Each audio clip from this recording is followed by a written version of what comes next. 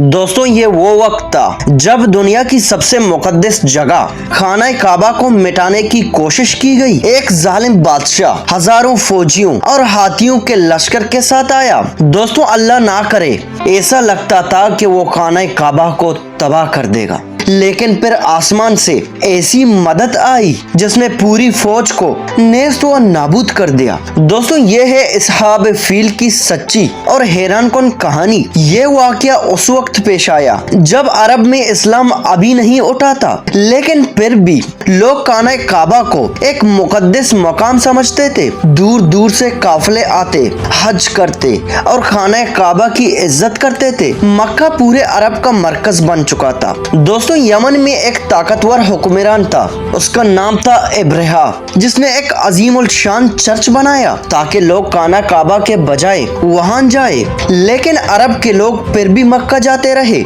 ये बात इब्रहा बर्दाश्त ना कर सका। उसने कसम खाई कि वो खाना काबा को तबाह कर देगा। इब्रहा ने एक बहुत बड़ी फौज तैयार की। दोस्तों इस फौज में जंगी हाथी भी शामिल थे। अरबों ने पहले कभी ऐसा लश्कर नहीं देखा था। लोग खौफजदा थे। हर तरफ यही खबर फैल गई कि इब्रहा खाना काबा पर हमला करने आ रहा है। मक्का के लोग जानते थे कि वो इस ताकतवर फौज का मुकाबला नहीं कर सकते। लोग अपने खानदानों को लेकर पहाड़ों की तरफ चले गए, लेकिन एक शख्स पूरे सुकून के साथ खड़ा था। दोस्तों वो शख्स कोई और नहीं बल्कि अब्दुल मुतल्लिब, रसूलुल्लाह सल्लल्लाहु अलैहि वसल्लम के दादा थे। अब्दुल मुतल्लिब इब्रहा के खीमे गए। इब्रहा ने सोचा शायद ये खाना काबा के बारे में बात करेंगे, लेकिन अब्दुल मुतल्लिब ने कहा मेरे ऊंट वापस कर दो।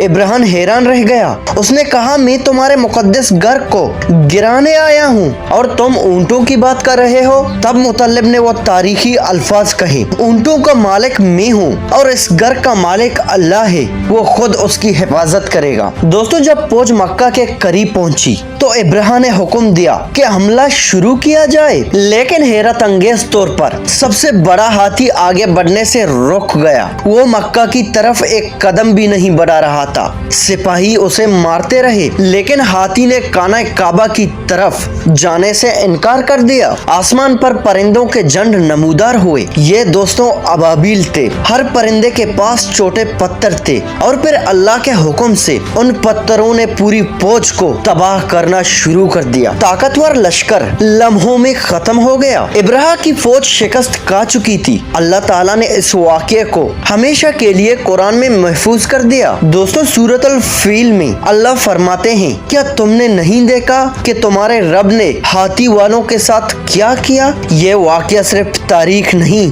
बल्कि अल्लाह की कुदरत की निशानी है। दोस्तों अगर आप भी अल्लाह के मौजिज़ों पर यकीन रखते हैं तो अभी इस चैनल को सब्सक्राइब और वीडियो को लाइक कर दें। शुक्रिया।